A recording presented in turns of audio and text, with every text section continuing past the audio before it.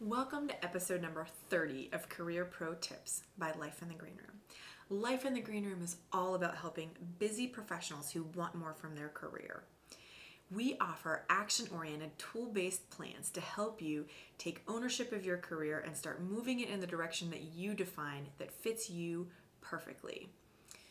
Career Pro Tips is a weekly video series where we dive into something specific and small, and we give you tactical strategies that you can apply right away, especially if this is an issue that's really speaking to you. My name is Heather Green McGlynn, and I'm the Vice President of Marketing at a Fortune 500 company. I started putting this together because over the years, people have asked me, I'm struggling. I feel like I'm getting passed over for things. I feel like I've been in the same place for 3 years and I want more. I know I can do more. How do I put myself out there in the best light to get these opportunities? And so I started looking around. I started figuring out what was working, and I pulled all that stuff together. And I can tell you that I've used these tips. My team has, my peers have. I know that they can help you have the best career that you deserve and that's designed specifically for the life that you want. Today in episode 30, we are going to talk about routines. It is the beginning of 2020, and hopefully you all have listened to episode number 29, where we talked about putting together a plan for your career for 2020. And I can tell you that in order to do that, you need to look at your routines, because that's how you're going to stick to it. There's a reason that so many New Year's resolutions are completely disbanded by the end of January, if not then February for sure. It's because you have not found and taken the time to figure out in your routine how you're going to support the things that are most important to you. So I encourage you to think about your routines if you are wanting to change yourself and you want to own your career, or if it's diet, if it's family. This exercise is applicable no matter what you're thinking about. If you want to change, often the place you need to go to evaluate is your routines. And that's what we're going to talk about today. So for me, routines and habits go hand in hand, and they have a lot of really strong links. So I am going to offer unsolicited 2 books that I have read on this that I think are really impactful, that if you have an interest, I highly recommend. One is called The Power of Habit by Charles Duhigg, and the second one is by Gretchen Rubin.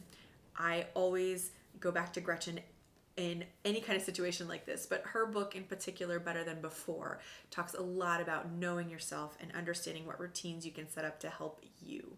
The thing is, it has to be for you. It can't be a routine that I design or set out or anybody else. You have to figure out what works for you personally, for your life, for your family, for your career, for all of it. Otherwise, you're not going to be able to stick to it. It's why sometimes people get up and go to the gym for the first 10 days of January and they never go again until the next January. They didn't figure out a routine or habit that's going to work for them. So please take the time to do this exercise. It's going to help you set up to have a smashing, successful 2020.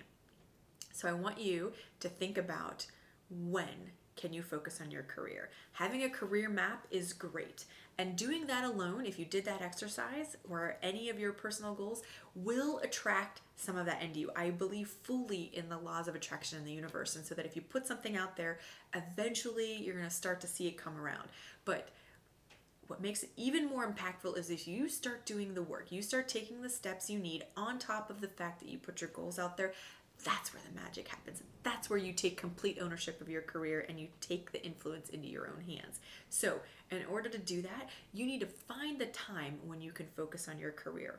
Look at your routines, look at your habits. What is going to work for you? Is it every Friday afternoon because it's slower? You can put 30 minutes on your calendar. Is it before you even get in the shower in the morning? You got to get up 10 minutes earlier and focus on your career just then? Is it on the plane? Are you a road warrior and your best uninterrupted work and thinking happens on an airplane? All of these are fine, but figure it out for you and figure out what is going to be a sustainable way for you to keep thinking about your career, not just now, not just in January, but all year long. You would be amazed if you find even 15 minutes every week where you can focus on your career, how much movement that you can truly make, because that sustained, continuous effort makes all of the difference. So once you figure out when in your day it's going to work, now what do? The first couple of times that you are scheduling your calendar, I need you to think about the plan that you want. Think about what you want to accomplish and sketch that out. And then for the rest of the year, all of that dedicated time is going to be executing and refining and getting the work done and following up on where you're at. It's that simple, I promise. You have to figure out the plan. That's the hard work. You have to figure out your routine. That's the second piece of hard work. Then you have to protect that. I didn't go into that in enough detail before. When you find that time that's going to work for you, say Friday afternoons, put it on the calendar for the duration of the year, and you protect that time like it's a meeting with your boss or somebody else super important. Almost nothing other than a kid vomiting at school can break that appointment. You really have to hold that commitment. Otherwise, it just slips through your fingers and 6 months have gone by and you only did it one time. So really find the time, commit to it, and work in an undistracted manner with your phone down where you're really working on your plan.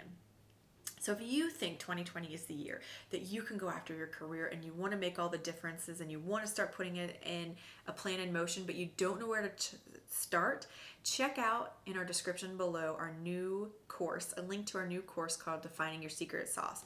This is the perfect place to start. You go through 4 different modules where you figure out kind of what defines you, what makes you uniquely you, and that can serve as your cornerstone and foundation for putting together a plan for your career. So if you are really committed to this and you think that when you look at your personal and professional development, this is the year that you want to think about your career, this is a great place to start. It helps you figure out that cornerstone, then you can figure out your plan, and then the rest of the time that you regularly check in with yourself, you are working on execution, refinement, capturing what you've learned, and really just making the continued effort to move the needle on your career. I know that you can do this. I know that your routines, whether it's supporting your career or any other goal you have, are what is going to set you up for success. So take the time to figure out the right ones for you. Tell me how routines help you. Leave me a comment below. I would love to know what routines you've set in place that have been good, which ones haven't worked and you need to refine, and what your process is. Until next week, here's to owning your career journey.